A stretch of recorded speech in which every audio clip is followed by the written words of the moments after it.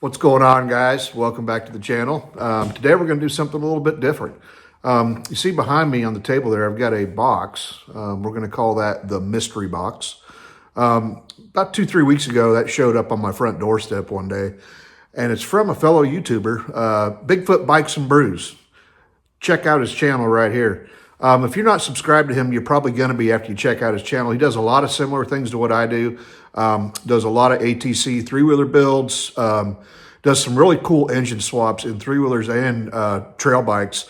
And by engine swaps, I mean he swaps different Honda engines into these bikes that they didn't originally come with. Not like the Chinese swaps like I do. These are real Honda swaps and a whole lot of other things. You just got to go over there and check out his channel. He's got a lot of DIY stuff on fixing gas tanks and seats, and it's just a wealth of information. So again, make sure you check out his channel. There will be a link in the description. But anyway, that's where this mystery box came from. And I can only assume if it came from Bigfoot Bikes and Brews, it's got to be probably motorcycle related, most likely Honda related. But we're going to open this box together, find out what's inside of it, and see if there's anything we can do with it today. So let's check this out real quick. We'll get a quick look at the box and see if anybody can figure out what's in it before we open it up. All right, here is the box in all its glory. Not sure what's in it. I think it felt like it weighed about, I don't know, 50, 60 pounds. Don't worry for you internet sleuths out there. I marked out the addresses. So don't bother trying to zoom in.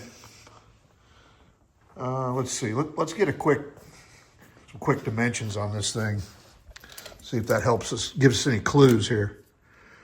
So she's about 36 this way. Let's see, 27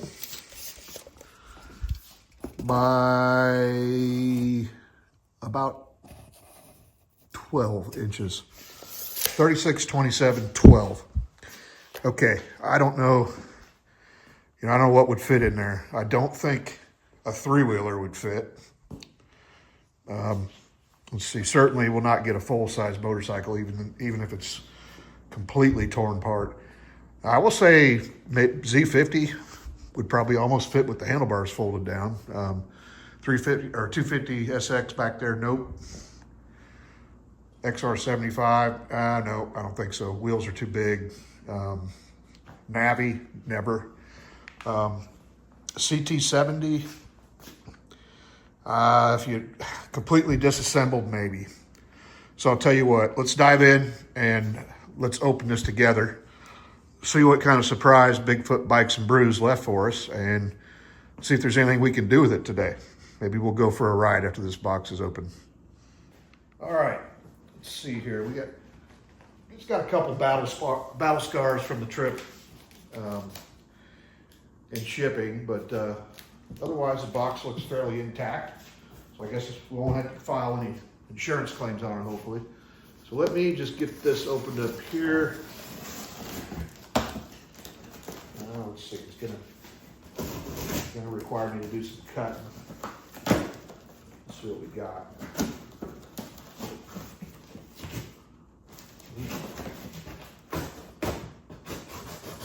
Maybe it's a box full of cash.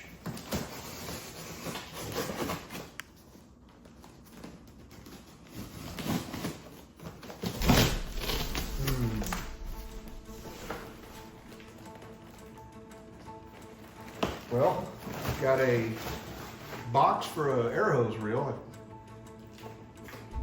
Okay. Let's see, some plastic. More plastic. Starting to get an idea of what we're dealing with here. Some kind of documentation of some sort. And goodies. So we'll have to check that out in a minute. A little bit of cardboard packaging. Oh wow, guys. You're not going to believe what's in here. Let me open this up from the front side.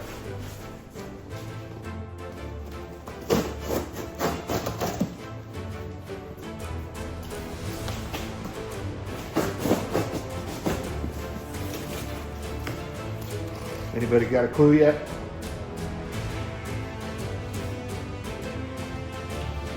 It does have a familiar color. Let's see.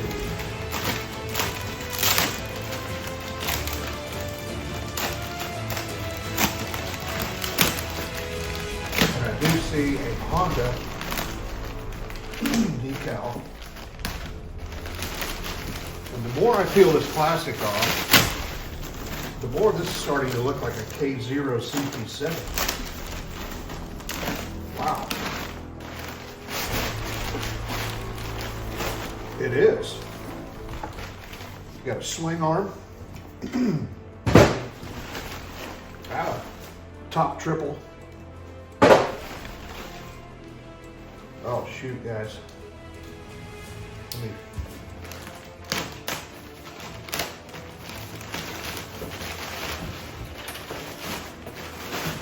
It's not every day you get something like this in the mail, huh? Look at that. K0 frame. Doesn't have a VIN tag on it, so I'm not certain on the year of the build, but it's obviously a K0, and we can get more information about it off of the stamped in number there on the frame. So let's see what else we got here. Get this over here.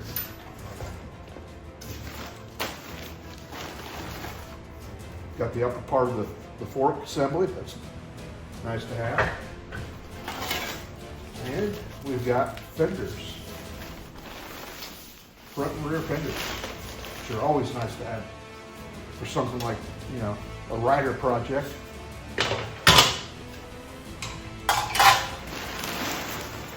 Looks like that's it. Let me get this mess out here. We'll take a look at what we've got going on.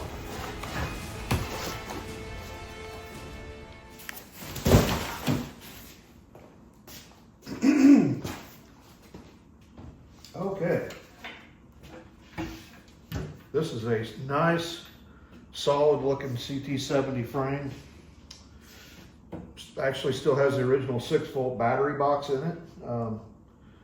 Does not have a gas tank, but hey, I'm not complaining. Does have a seat latch.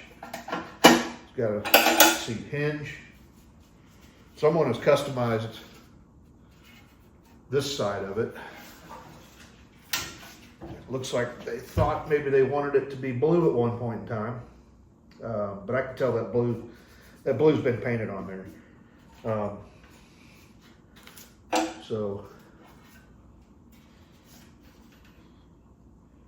And it even came with a Bigfoot Bikes and Brews decal. So again, this is very, very nice of him to send this, and I'm excited to see what we can do. We can get that in place right now, just to kind of mock it up.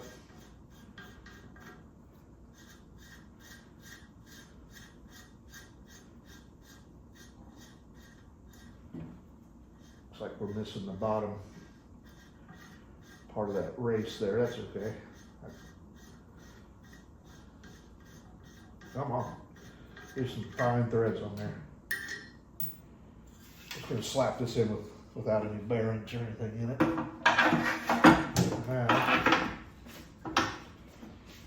All right, cool. And oh shoot, there's even a swing arm bolt.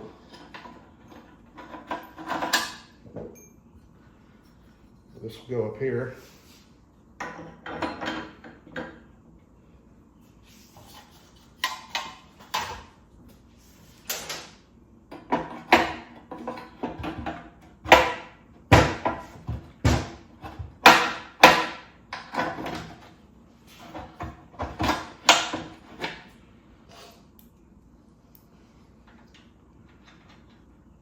Shoot, we've got 3/4 of a bike already.